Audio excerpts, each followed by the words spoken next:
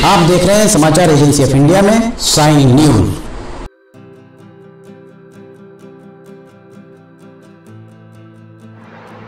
नमस्कार दोस्तों, समाचार एजेंसी ऑफ इंडिया की साई न्यूज में लिमटिक की लालटेन के 207वें एपिसोड में आपका स्वागत है। आज हम चर्चा करने जा रहे हैं सोशल मीडिया प्लेटफॉर्म्स को केंद्र सरकार के द्वारा जो प्रतिबंध लगाए गए हैं उसके ऊपर।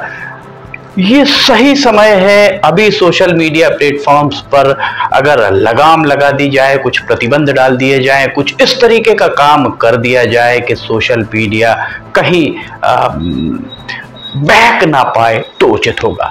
लिमटिक की लालटेन के 207वें एपिसोड में एक बार फिर आपका स्वागत है। आज हम इसी बारे में चर्चा करने जा रहे हैं।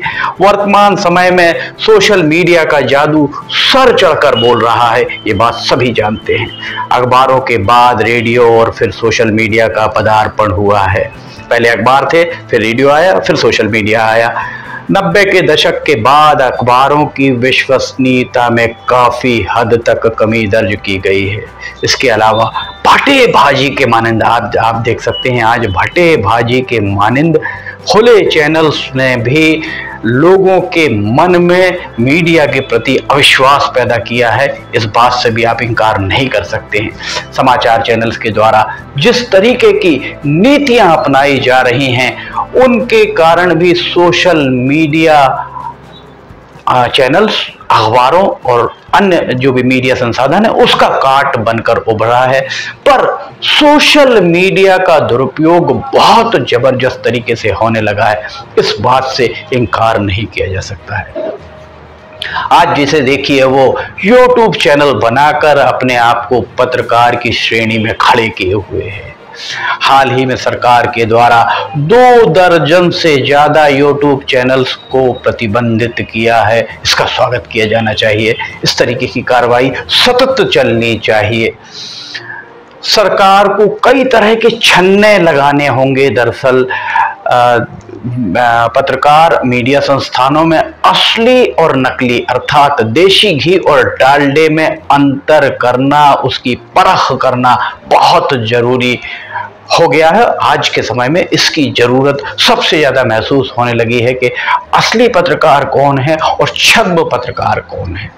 संचार माध्यमों में 2 दशकों में बहुत तेजी से विकास हुआ है, इस बात से कतई इनकार आप नहीं कर सकते हैं।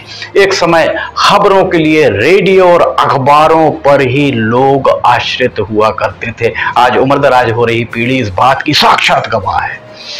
चिट्ठी पत्री के दौर में चिट्ठी पत्री का दौर भी आपने देखा होगा। उस दौर में एक स्थान से दूसरे स्थान तक चिट्ठी पहुंचने में बहुत समय लग जाया करता था। त्वरित संप्रेषण के लिए, खबरों के त्वरित संप्रेषण के लिए, सूचनाओं के त्वरित संप्रेषण, एक जगह से दूसरी जगह त्वरित संप्रेषण के लिए तार अर्थात टेलीग्राम का प्रयोग किया जाता था। आज की युवा पीढ़ी तार टेलीग्राम शायद ही जानती हो। टेलीग्राम के मायने उसके लिए एक ऐप से कम नहीं होंगे। तार जब भेजा जाता था उसमें सब शब्दों की सीमा होती थी, माफ कीजिएगा, शब्दों की सीमा, और बहुत ज्यादा महंगा होने के कारण इसका उपयोग बहुत जरूरी होता था तब किया जाता था। 80 के दशक तक अखबारों का प्रकाशन संभागीय मुख्यालयों में सबसे ज्यादा होता था। जिला स्तर पर प्रकाशित होने वाले अखबारों की तादाद बहुत कम हुआ करती थी। अखबारों की एक विश्वसनीयता हुआ करती थी। अखबारों में कोई खबर छप जाती थी तो सरकारें हिल जाती थी। ऑल इंडिया रेडियो, आकाशवाणी की खबरें बहुत ज्यादा प्रामाणिक मानी जाती थी। लोग इन्हें प्रामाणिक तो मानते थे, पर आकाशवाणी को सरकार का भोंपू कहा जाता था। संचार क्रांति के इस युग में साइबर दुनिया भी एक तरह की आभासी दुनिया ही मानी जा सकती है। साइबर दुनिया को आभासी दुनिया मान सकते हैं। साइबर वर्ल्ड में जिस तरीके का जो चलन चला है, किसी तरह का नियंत्रण नहीं होने के कारण साइबर जो वर्ल्ड है उसका जादू सर चढ़कर तो बोल रहा है, किंतु विश्व के अनेक देशों के लिए साइबर वर्ल्ड एक सरदर्द या खतरे से कम नहीं आंका जा सकता है। जिसका जो मन हुआ लोगों को दिखाने के लिए या तो वेबसाइट अपनी आरंभ कर दी या फिर एक यूट्यूब चैनल बना लिया, जबकि चैनल कितना एक बड़ा काम हुआ करता था, ये भी किसी से छुपा नहीं। अगर आप वेबसाइट आरंभ करना चाहते हैं तो महज $10 खर्च कीजिए, मनचाहा डोमेन नेम आप ले लीजिए और 6 से 7 हज़ार रुपये सालाना में, साल भर के लिए 6-7 हज़ार रुपये दीजिए और आप किसी भी एक व्यक्ति से वेब स्पेस, जो वेब स्पेस सर्विस प्रोवाइडर है, उनसे वेब स्पेस लेकर अपनी वेबसाइट चालू कर लीजिए। इधर अगर आपको यूट्यूब चैनल आरंभ करना तो आपको 1 रुपये भी खर्च करने की ज़रूरत नहीं है। आप YouTube चैनल में अपना कोई भी एक मेल आईडी रजिस्टर्ड कीजिए और YouTube चैनल के मालिक बन जाइए और आप उसके बाद पत्रकार बन जाएंगे।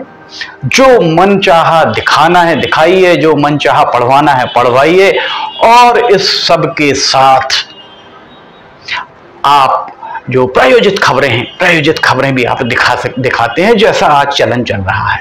हाल ही में सरकार के द्वारा 25 YouTube channels, Facebook accounts, Twitter accounts, websites पर कार्रवाई करते हुए उन्हें बैन किया है। सरकार का दावा है कि इनके जरिए देश की विदेश नीति, नागरिक व्यवस्था और सुरक्षा, देश की सुरक्षा के बारे में भ्रामक जानकारियां फैलाई जा रही थी।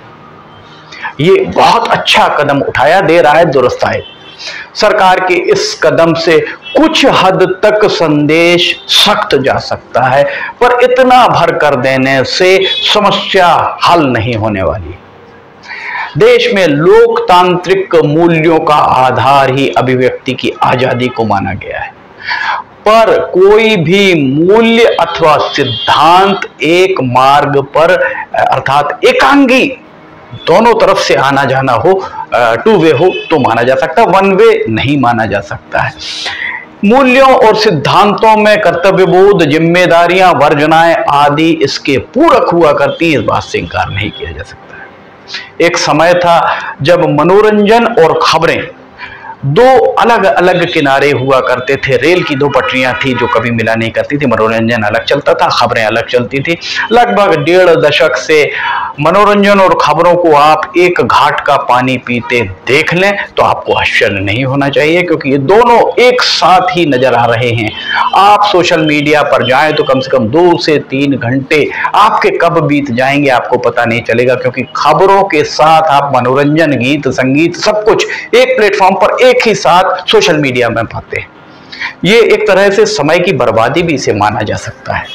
इसी बीच समाज में नफरत फैलाने वालों ने इसका दुरुपयोग आरंभ कर दिया तो क्या हाल होगा, जिसकी सबसे ज्यादा चिंता है। और आज सोशल मीडिया में इस तरीके के लोग बहुत ज्यादा हैं जो समाज में नफरत फैला रहे हैं। इसका सबसे बड़ा कारण सोशल मीडिया के अनेक मंच पे जो भी यूजर्स आते हैं, जो उसके सब्सक्राइबर्स हैं, उनका बड़ा भाग पढ़ा लिखा तो है, पर साइबर क्राइम, साइबर से जुड़े नियमों से, इन नियम आदि का उसे भान नहीं है। सोशल मीडिया पर आपत्तिजनक पोस्ट करने पर आप शिकायत करेंगे तो कार्रवाई होगी, जबकि ये व्यवस्था पूर्व की अखबार और रेडियो वाली व्यवस्था का विकल्प नहीं है। वरन इसको अखबार और रेडियो वाली व्यवस्था का विकल्प सोशल मीडिया को नहीं माना जा सकता। ये उसका भद्दा स्वरूप, उसे मान लें तो कोई अतिशयोक्ति नहीं हो। आज सोशल मीडिया की पहुंच कहां तक हो गई, घरों घर, लोग तक, व्यक्ति से व्यक्ति तक हो गई। इस बात का अंदाजा इससे लगाया जा सकता है कि 20वीं सदी के अंत तक कहीं उपद्रव होता था या कानून और व्यवस्था की स्थिति निर्मित होती थी, तब वहां ना तो रेडियो का प्रसारण रोका जाता था, ना ही अखबारों को प्रसारित होने से अखबार का प्रसार भी नहीं रोका जाता था, अखबारों का वितरण भी नहीं रोका जाता था, रेडियो का प्रसारण भी नहीं रोका जाता था। 20वीं सदी तक आप और हम, हमारी पीढ़ी इस बात की गवाह है। पर आज उपद्रवग्रस्त इलाकों में सबसे पहले उसी तरह इंटरनेट सेवाओं को बाधित किया जाता है जिस तरह 21वीं सदी के आरंभ में मोबाइल नेटवर्क को बाधित किया जाता था। अब आप समझ सकते हैं कि मोबाइल और सोशल मीडिया कितने विकृत रूप में पहुंच गए हैं कि इनके जरिए उपद्रवों को शांत करना या वस्तु स्थिति को बताने की बजाय ये आग में घी का काम करते हैं, जबकि ये स्थितियां अखबार और रेडियो के जमाने में कतई नहीं हुआ करती थी। केंद्र का सूचना प्रसारण मंत्रालय भी लकीर का फकीर बनकर चलता प्रतीत हो रहा है। समय के साथ चलना चाहिए, होना ये चाहिए ताकि INB मिनिस्ट्री को समय के साथ सोशल मीडिया को किस तरह से नियंत्रित किया जा सकता है, इसके लिए साइबर विशेषज्ञों सहित सोशल मीडिया मंच के महारथियों, हमने महारथी शब्द का उपयोग किया है, न कि देश की राजधानी दिल्ली सहित सूबाई राजधानियों में रहने वाले वे लोग, वे कथित बुद्धिजीवी जो सत्ता के गलियारे में रेड कारपेट बिछाते हैं। गैर राजनीतिक बुद्धिजीवियों के बारे में ये बात नहीं की, हमने बुद्धिजीवियों के बारे में बात कही। उनको साथ लेकर इस समस्या का हल सरकारों को निकालना चाहिए कि सोशल मीडिया पर अफवाहें कैसे रोकें, फेक न्यूज कैसे रोकें। आज आप देख सकते हैं फेक न्यूज, चाहे हर एक सरकार को ये मजबूरी है कि फेक है या सही, इसके लिए एक अलग से बटन क्रिएट करना पड़ रहा है। बहरहाल अभी समय है इस मामले में, अभी नियम कायदे बना दिए जाएं और जितनी भी वेबसाइट्स या यूट्यूब चैनल्स चल रहे हैं उनके सबका एक पता होता है, कॉन्टैक्ट अस में एक पता दिया जाता है, उनके दिए गए पते वाले जिलों के जिला दंडाधिकारी, डिस्ट्रिक्ट मजिस्ट्रेट के माध्यम से उसके कंटेंट्स और उनको चलाने वाले जो भी हैं व्यक्ति, उनके चरित्र का सत्यापन करवा लिया जाए तो इस गंदगी को काफी हद तक छांटा भी जा सकता है। लिमटी की लालटेन के अगले किसी एपिसोड में हम इस बारे में चर्चा करने का प्रयास जरूर करेंगे।